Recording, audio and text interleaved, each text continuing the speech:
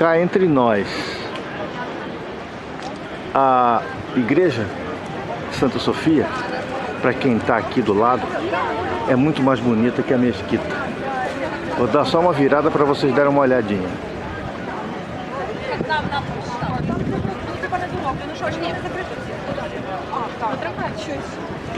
Deu para sentir? Isso. Essa é a mesquita.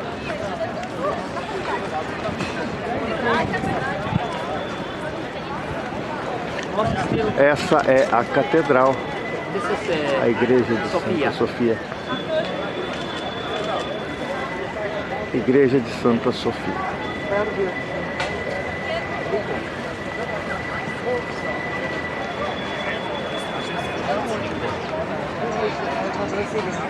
Aqui tem muito guia se oferecendo para ser guia, enche o saco isso. Meu Deus, que destroço chato, cacete.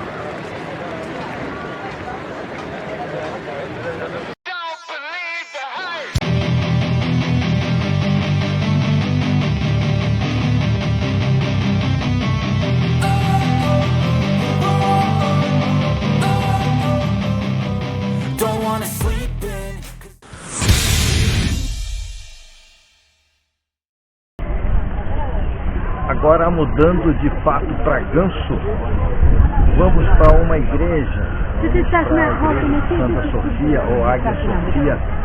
Essa igreja, na realidade, foi mesquita. Ela teve aí diversas mudanças no seu layout com o passar dos séculos. Essa é a entrada da igreja da Santa Sofia, cuja história remonta a 1000 anos, eu poderia dizer assim. Essa igreja, ela já foi mesquita,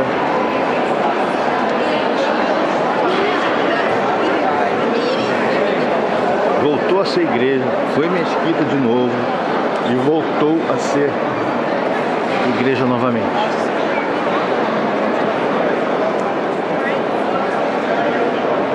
É claro, hoje está mais para um local turístico, como vocês estão vendo aí, está cheio de gente.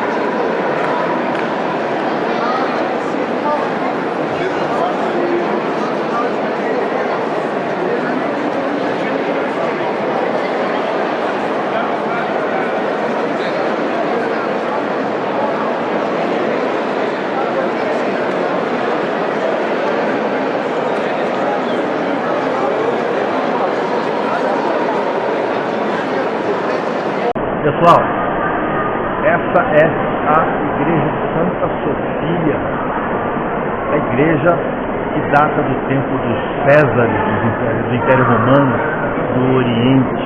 É muita coisa, gente, eu vou falar em off, né? Porque aqui não dá para ficar falando, porque tem muita gente, um tumulto danado, tá? Mas nós introduzir aí realmente a história, todos os detalhes aí dessa magnífica construção que, na minha opinião, bate muito na Mesquita Azul. Isso revela a pujança do Império Bizantino, como o Império Bizantino era, como funcionava, né? Eu acho que como império foi assim um dos mais grandiosos que existiu.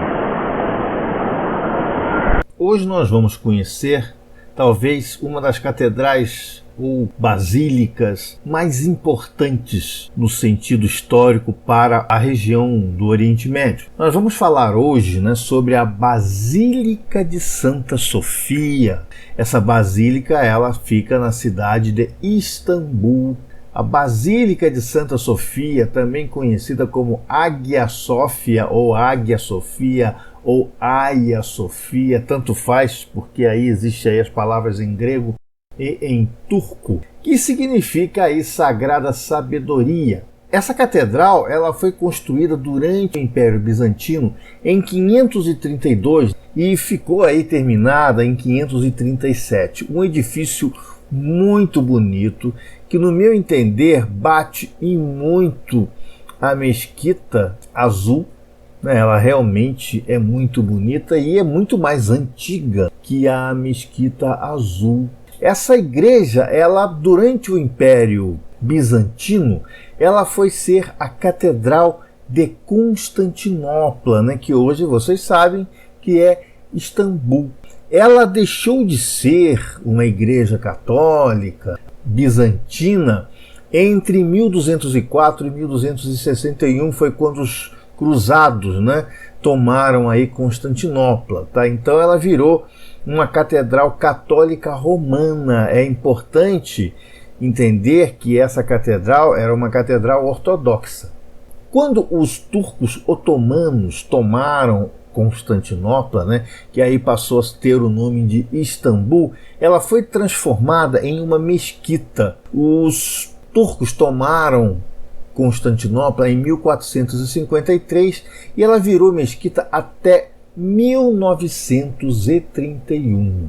A partir desse momento, ela deixou de ser a mesquita, porque já existia a Mesquita Azul, e ela foi secularizada, né? Ela passou a ser, então, a partir de 1935, ela passou a ser um museu. Essa igreja é extremamente famosa pelo seu dom. Ela tem um dom, uma cúpula enorme. E ela é um belo exemplo aí da arquitetura bizantina. Então, ela foi considerada a maior catedral do mundo por quase 1000 anos, até a Catedral de Sevilha. A Catedral de Sevilha, ela foi terminada em 1520. Essa igreja, ela foi construída por ordem do imperador Justiniano. Tinha uma série de relíquias. Os imperadores, eles eram coroados dentro dessa igreja, né? Existe até um espaço dentro da igreja que é o local onde os imperadores eram coroados, né?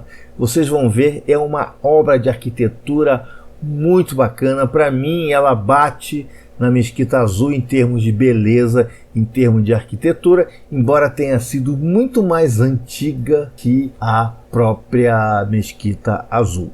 Vocês vão ver que dentro dessa igreja tem muita obra de arte que foi descoberta recentemente, porque quando os muçulmanos tomaram a catedral, eles cobriram com gesso, né, diversas aí obras de arte que existiam lá dentro.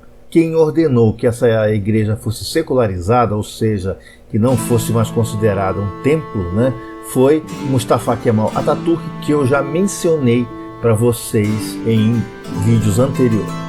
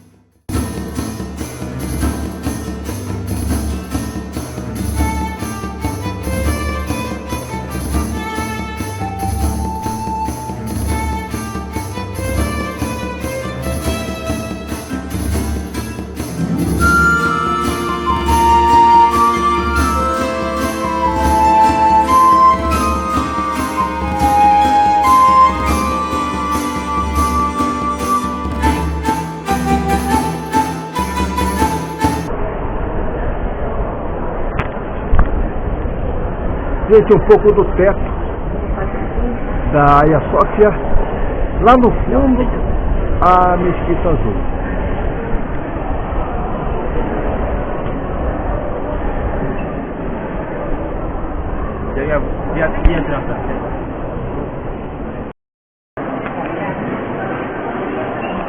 Aqui nesse mosaico Gente, é um mosaico e as peças são mínimas, são muito pequenas.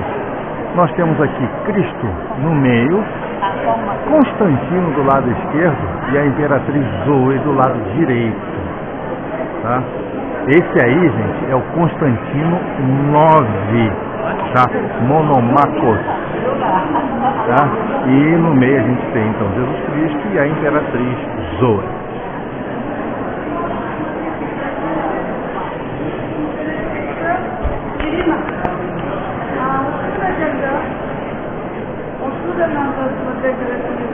Esse mosaico aqui do século XII, né?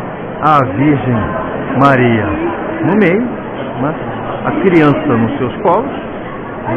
O imperador João Comnenos, né? Na esquerda, e a Imperatriz Irene à sua direita.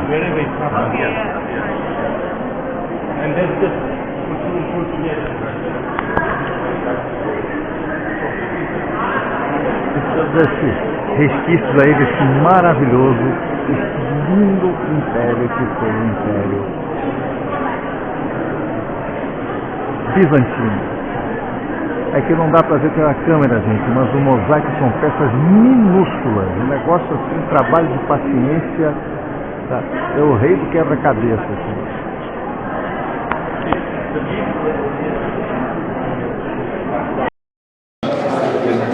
Tá um pouco escuro para ver, mas isso aqui são tumbas onde as pessoas importantes da região eram enterradas. Bastante interessante. É bem legal que nesse mosaico, pelo que a gente tem aqui, nós temos Cristo no meio, João Batista do lado direito, e do outro lado nós temos aqui a Virgem Maria, que o sol está meio atrapalhando um pouco.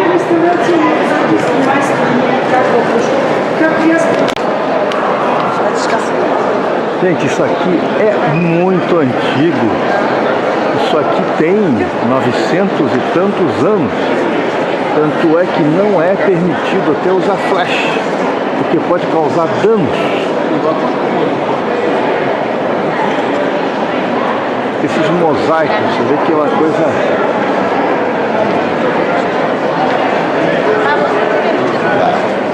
Distância que as medidas têm.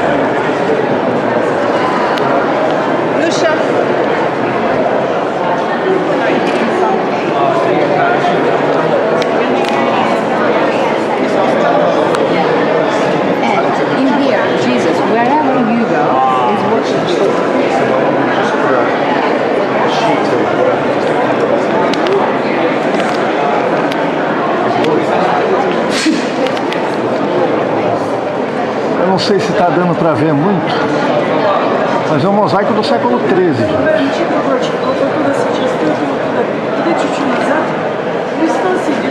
Bem legal.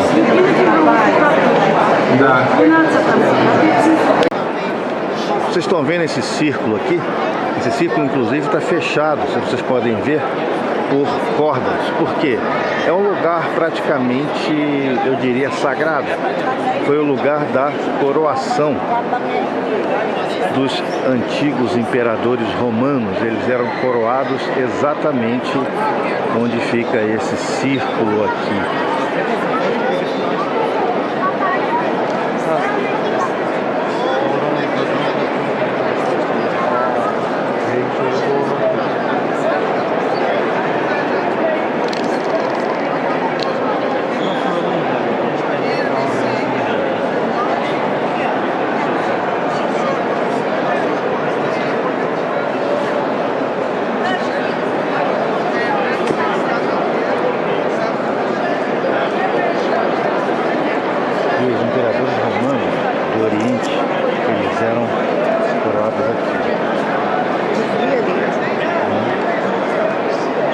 Do Império Romano do Oriente, tá? Não é da Roma, quando o Império Romano foi dividido em dois.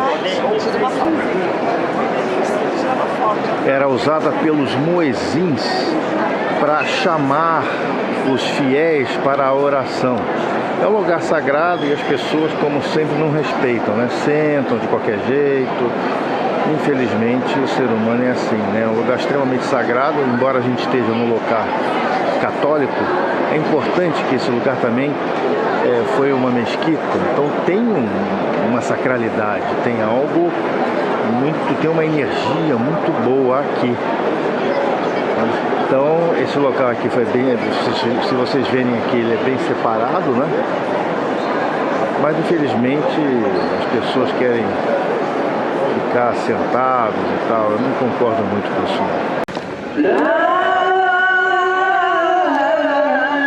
Esse som, gente, é o som que eu considero o som mais característico do Oriente Médio e dos países árabes. É o muezim chamando para as preces.